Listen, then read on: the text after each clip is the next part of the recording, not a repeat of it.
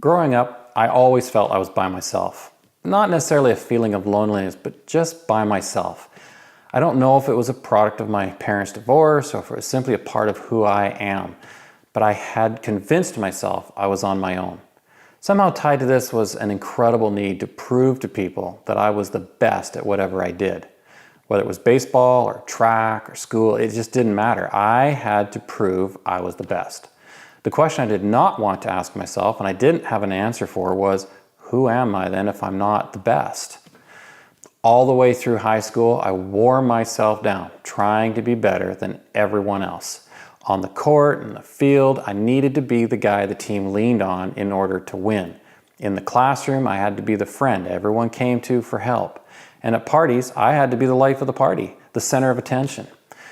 Now, my mom started going to church when I was about 9.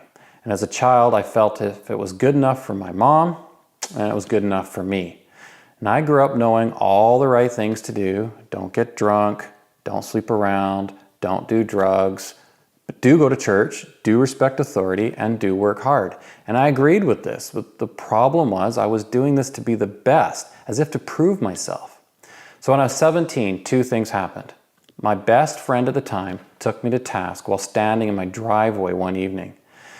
He challenged me in this faith that I claimed to have, and he told me I needed to start living as though I believed in God and Jesus, and not just behaving like I believed. The second thing that happened was really eye-opening. I had a circle of friends from school that hung out together a lot, and I noticed that suddenly we weren't hanging out together as much as we used to. So I started to call around to get together with various friends, and each of them said they were busy. So I'd be out on my own and suddenly I'd see them all together. I was kind of hurt and really confused, so one day after school, it was just me and one of these friends. So I confronted her, and I've never, ever forgotten what she said to me. She said, "You always have to be the center of attention. You don't allow others to speak or to have the focus on them for even a minute.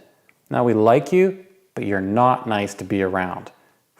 Man, that hurt. And even as the knife stuck into my chest, I respected her for giving it to me straight, and I knew something had to change, but how? So I made two decisions immediately. I made a promise to my friends to be less arrogant and self-centered.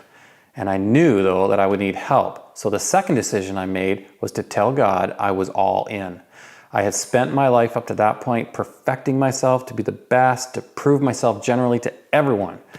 And I had produced the opposite results. I was not the go-to guy. In fact, my friends didn't even want to be around me. I had to learn to focus on others. I had to learn to not compete with others. I had to learn to love others more than myself. Some things I learned quickly, but other things have taken a long time. But over that time, I've been learning what it means to have a relationship with God and to let Him show me who He designed me to be. Now, when I'm truly alone, I'm at peace, I'm happy with myself. I still tend to prove myself, but I am continually learning to accept me for who I am and who I can become. And I'm also learning to allow others to be who they are.